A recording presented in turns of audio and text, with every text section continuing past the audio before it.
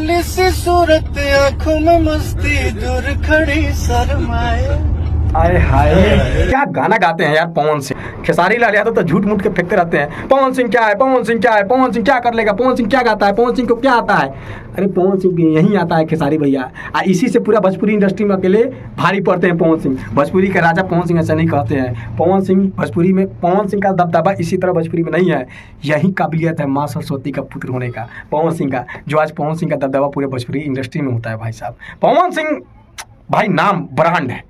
अभी देख रहे हैं ना, पवन सिंह बॉलीवुड में मात्र 2 गाना गाए हैं।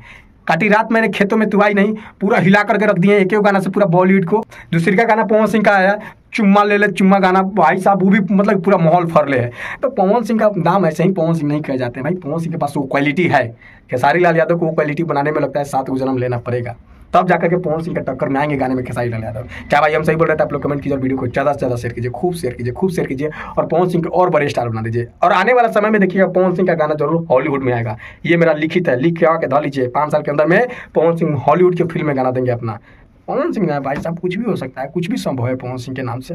पवन सिंह का नाम ले लीजिए ना, बॉलीवुड में कौन काम नहीं देगा। कुछ ज़्यादा ही बोल गए, लेकिन कोई बात नहीं। पवन सिंह का गाना आपको ये कैसा लगा कमेंट करके जरूर बताइएगा। वीडियो को ज़्यादा से ज़्यादा शेयर कीजिए। जय हिंद, जय भोजपुरी समाज।